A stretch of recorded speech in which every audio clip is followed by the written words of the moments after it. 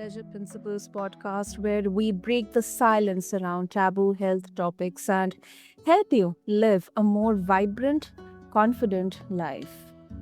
Now, today we are diving into a subject that doesn't get nearly enough attention, even though it affects millions of women: urinary incontinence. And yes, we are talking about bladder leaks, frequent bathroom trips, and the underlying fear of laughing, sneezing, or even just standing up too quickly. But what if I told you that you don't have to accept bladder issues as a part of aging or motherhood? What if there was a way to reclaim control naturally? And to help me answer these questions, joining me today is Dr. Nigel Brayer, a chiropractor, acupuncturist, and expert in natural medicine who developed the Ironclad Bladder system, a drug-free, non-invasive approach that restores bladder function by reconnecting the brain and the bladder. His work has helped countless women regain confidence and live without fear of leaks. So, if you have ever found yourself mapping out the nearest restroom before leaving the house, this conversation is definitely for you. So, Dr. Nigel, welcome to the show, and it's an absolute pleasure having you with us. Thank you so much. I appreciate it. I look forward to our conversation. Absolutely. So, Dr. Brayer, let's start with the big picture. So many women just assume that urinary incontinence is something they have to live with after childbirth or they get older. I mean, I have observed many situations with my mother and some of the older women, I mean, in my uh, who are known to me, facing these issues, especially during travel or longer trips. So, why do you think this issue is so overlooked? And what's the biggest myth you would like to bust right now? Sure. Couple things we want to discuss first is the biggest myth is this is not something that's it's extremely common, but it's not normal. And that's something that a lot of ladies really want to wrap their head around is because something happens often doesn't mean it's automatically normal. Our body is designed to function efficiently and to work all of its systems for really as long as we need it. It's just accumulation of several factors, which we'll talk about today, start to impact that. And so a good example is a lot of ladies talk to their girlfriends and they all share the same sentiment. And of course, that sentiment is, oh, well, that's just part of what the new normal is. But that's really untrue. So the key is if we understand how our anatomy works and then start taking some steps to restore it, most symptoms, and this goes for the majority of conditions, not all, but the majority, is most symptoms are an ending of several accumulating variables. So for most people hearing that, that might sound a little confusing, but my hope is that they are inspired by that. Is if you understand these variables that accumulate, then it allows you to be able to take little steps to undo it and then regain that function again. So I guess the biggest myth is this is not a normal process, even though doctors might say, oh, everybody gets that after they have children or as they age or go through perimenopause and menopause, but that's really not the case. So I encourage people, don't accept it because acceptance is complacency. And then when we're complacent, we work around it instead of working towards the resolution. That's a very, very important point. Instead of working around it, let's just start working towards the solution. Great, great. Thank you. Thank you for sharing that, Dr. Brayer. And I think it's not just about pelvic floor strength. Of course, there is a deeper neurological component at play. So, you focus on that. There is definitely a connection between brain bladder. There's a disconnect between brain and bladder due to which maybe traditional treatments, like Kegels, they don't work. Sure. So what's your view on this? Sure. So what kind of led me to this discovery is every woman who've had this issue. Somewhere along the line, she's been said, hey, your pelvic floor is either too weak or too tight. So common sense would say we need to strengthen it. Um, and that's valid. However, it only truly helps a small percentage of women. So that begs the question, if it's just too tight, meaning I had pelvic floor therapy and they released adhesions and those type of things from scarring or childbirth or trauma or whatever it might be, or I've strengthened the sphincter, which is the valve around the ureter, or excuse me, the urethra. So I should have resolved that issue. But when you look deeper and you look at the valve, and this is kind of where my program was developed. It's not because I really wanted to figure this out. It's mostly because it happened. Because my wife was experiencing the same issue. She went through the stigma where she didn't even share it with me. It was a very long time before I was even aware of there was a problem because she simply started avoiding things. I'm like, why do you avoid things that we've always done before, physically, exercise, etc.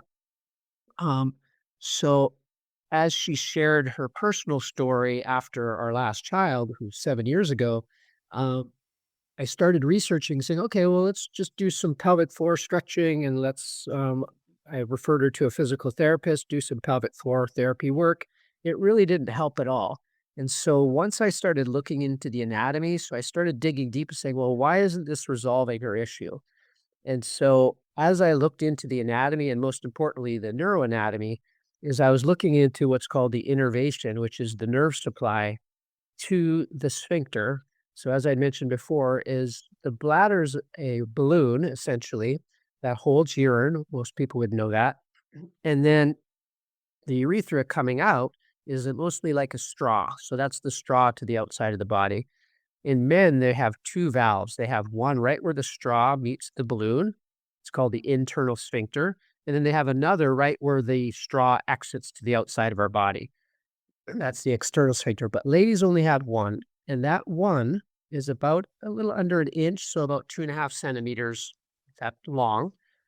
But over 70% of that valve, the sphincter, is what's called unconsciously controlled or autonomically controlled. So what that means to people who may not know is only 30% of that valve, that sphincter, is controlled by you consciously. That means when you do a Kegel, you can control 30% of its function. Well, that begs the question, well, what's controlling the other 70%?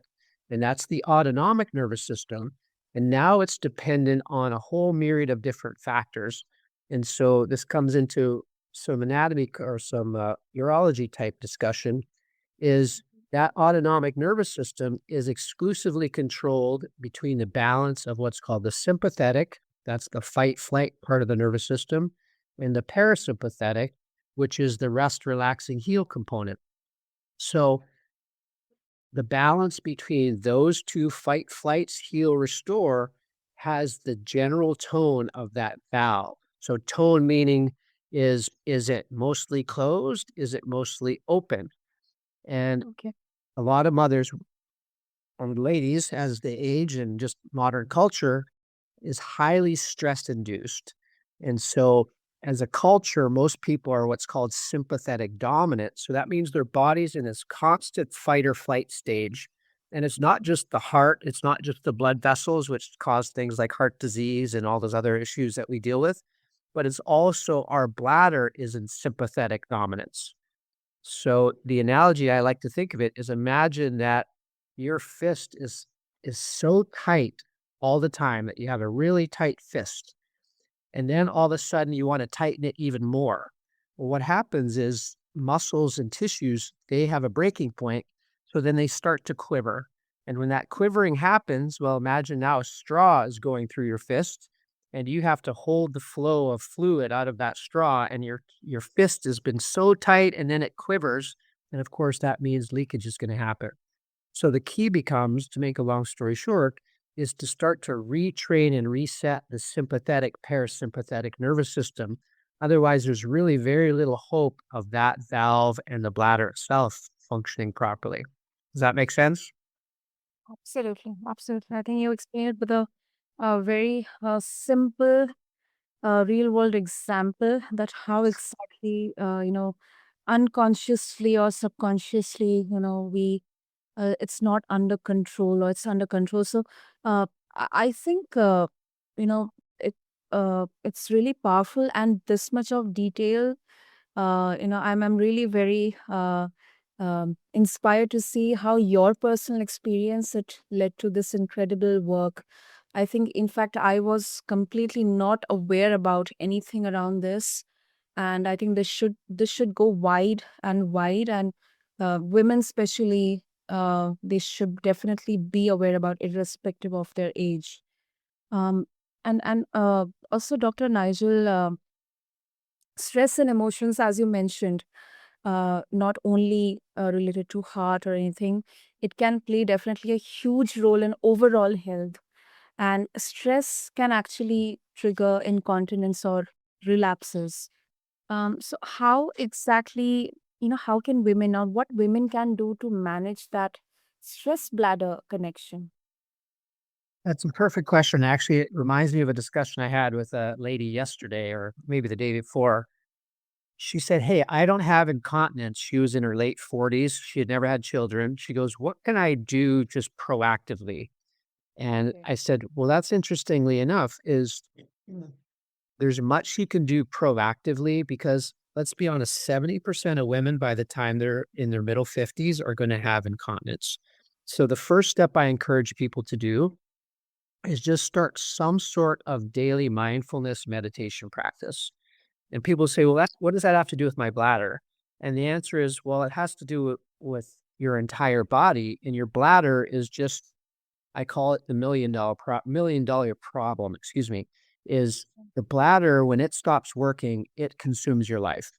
Because just imagine how your life's affected if you can't hold your bladder, whether it be Yeah. purchasing pads, whether it be trying to find where bathrooms are, whether it be making meetings short, whatever it might be. So, preemptively, if we start doing a regular mindfulness practice of some sort, it could be a religious practice, it could be a non religious practice, it could be a breathing practice. The whole purpose of that is to start giving your subconscious, unconscious mind the opportunity to just let go and relax. And so a lot of people that might sound confusing and saying, "Oh, I've heard of meditation and I don't believe in it or this." And put all that aside. It's a matter of spending 5 to 7 to 10 minutes every day just breathing, air in the nose, air out the mouth. And what happens when we start focusing on one thing at a time, you'll notice that your body, let's think of that tight fist again, is if that fist is super tight and you're holding it with all of your might, and then you just slowly breathe and relax and take all the focus off the tight fist and just to that moment, over time, without even trying, it's going to start to release and relax. So that happens between your ears, of course, your mind, but it also happens in your body. So that alone starts to, it's called reset the sympathetic parasympathetic balance without trying. So a lot of people then also say, well, I can't stop my mind from thinking. And the answer is, well, you don't have to stop because what you resist persists. So if you try to stop thinking, you're just going to think more and you're going to get frustrated. So the objective is not to stop thinking, the objective is to breathe. And so that alone over time, and that's the big key, is doing a little bit daily helps start to reduce that sympathetic dominance. And you'll Mhm. notice that the tension in your neck and shoulders will start to lessen. But what's really important is the tension elsewhere that you're holding in the bladder, in the stomach, in the blood vessels. All that tension will start over time to let go. So it's going to help your bladder, it's going to help your heart, it's going to help your relationships, it's going to help your tension. So that's the first step. Now that's not a key part of our ironclad bladder. It's a little tiny piece of it, Mhm. but that's the first step people can do to start reducing how incredibly sympathetically, tight they are. Hmm. So is it more like diverting your attention or your brain's attention from the bladder control or the bladder system, or is it's just, calming down the nerves? Uh, Yeah. Yeah, it's calming down. So we got to remember the body's like anything else in nature is if we're constantly wound up mentally, and it doesn't have to look externally. We've all met people who are externally wound up. They're just antsy and edgy and they seem tense and maybe their brow is furrowed. I'm not talking about that, even though that's an example of it. A lot of people hold internal tension and they may never show it, but Mhm. their body's responding to it. So many years ago, I wrote a book called The Stress Effect, and it talks about all the different affectors, how stress affects all of our different systems. And Mm. whether you show it or not, internally, your cells and your body know what's going on. They respond to what the background is, not so much what you show on the outside. And so, back to the bladder is the bladder's also responding to that. And now let's talk about what we said at the very beginning is we have many little factors that build up to create a symptom. This is one of the big factors. It's not the main factor, but it's certainly a big one.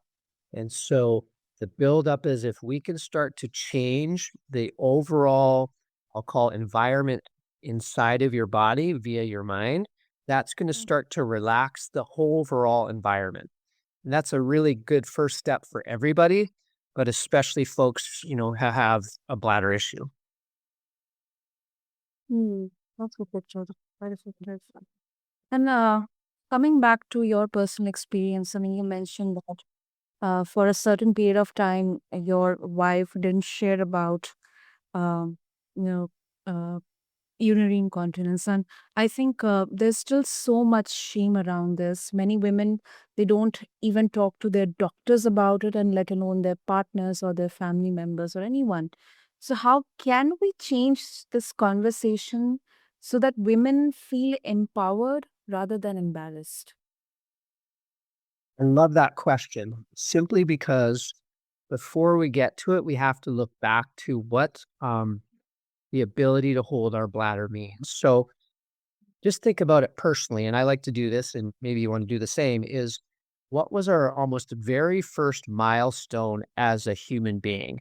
You know, walking was one, but then Yeah. the second was when you're able to potty train, right? When you're able to not wear diapers or nappies or whatever they're be called. Yes. So I've been reflecting on this over the years, and I said, well, why do people have so much stigma and so much embarrassment about this?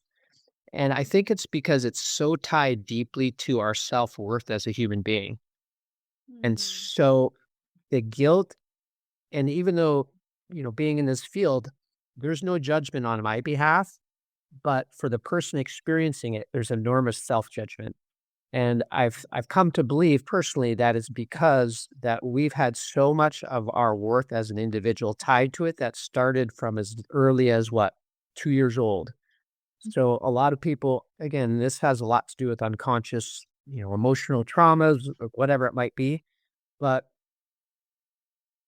the thought goes like this: I can't even hold my bladder that a 2-year old can, and this is all unconscious, of course. Therefore, my self worth is at stake. And of course, we're all trying to protect our self worth, right? So I have a feeling is the stigma comes from that, but I encourage people to kind of, as an adult, reason through it and say, okay, my self worth isn't at stake here. So when we can consciously identify things and say, okay, well, my bladder's not working, but my worth as a human being is not at stake here. And just asking that question to yourself opens the door to say, it's a physiological challenge. It means my body's not working for several different reasons. Bring the logic into it instead of the emotion of the past.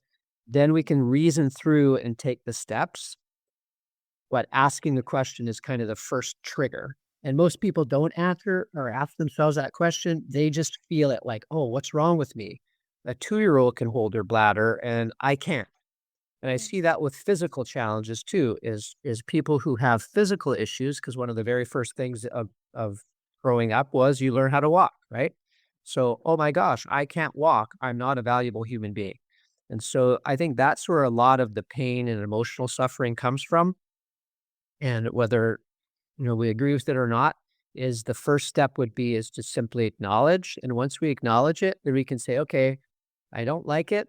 My value as an individual is not compromised. Now I can take some steps to improve because we all want to avoid emotional pain.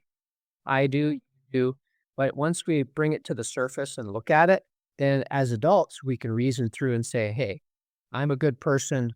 This has nothing to do with my worth. Now let's go ahead and take some steps to help it out." Hmm. Wow, wow, that's incredible, Dr. Brayer.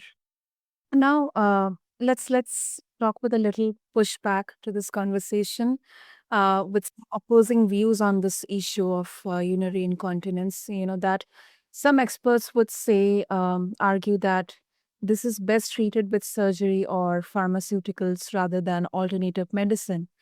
So, how do you respond to skeptics who say your approach isn't scientific enough? Sure. So I'm a practical person, and in practice, I've had less. I'm trying to think of the simple way to put this. The proof is in the pudding, I guess we should say. So that would be a saying: is do it, see what happens, and you're going to get better. Hmm. Versus I have to research and do all these things, but then I'm going to do it. So I like to make it practical. Is if something's not going to work, it's going to show up pretty darn quickly. But then it's a matter of risk. Is I'm not against any sort of medication or surgery as a last resort, but I'm also a big believer in the body has a greater wisdom than I do as an individual. So, humanity's been around for heaven, eternity. So, Yep. in my arrogance, I can't say that Nigel's 51 years of being alive, I have some greater wisdom than nature does. So nature's design is to heal. The issue is we put these barriers in place that prevent that. So when I think about medication is man's best effort to manipulate nature for some purpose. And that has value too, but nature, in my opinion, has greater wisdom than man in his, last 200 years of scientific research. So if we can support the system and remove the barriers, the body's capacity to heal is pretty amazing. Now, sometimes the capacity to heal has gone too far, and you need some more aggressive interventions. But it's really about risk also.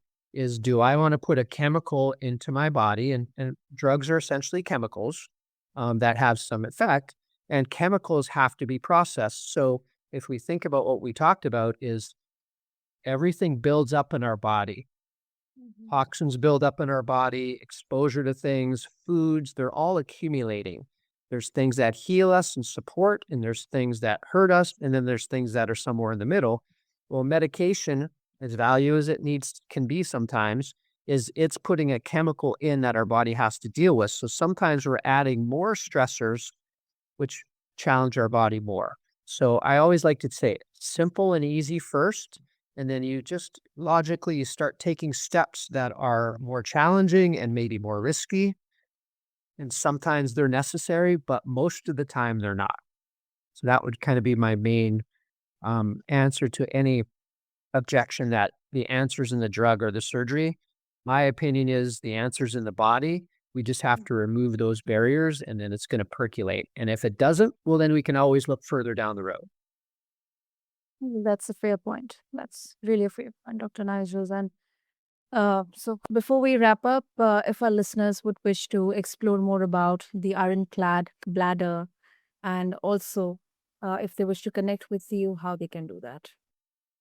And they could just go to my website, Dr. Nigel Brayer, Brayer, .com.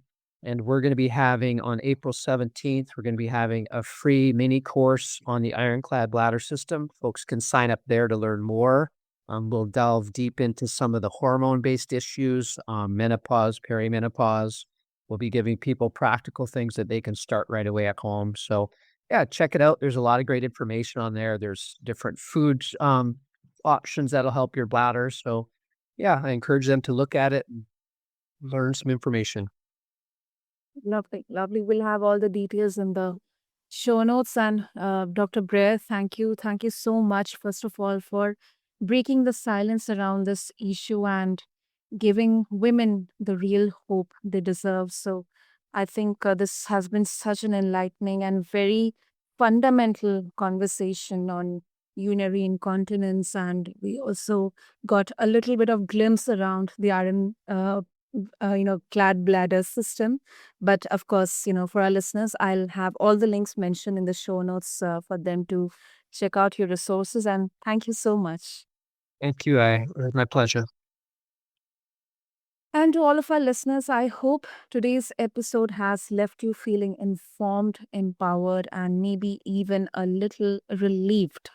If you loved this conversation, please subscribe, leave a review, and share it with a friend or your family or your loved ones or a colleague, whoever needs to hear it. Until next time, keep prioritizing your pleasure, your health, and your power. See you soon.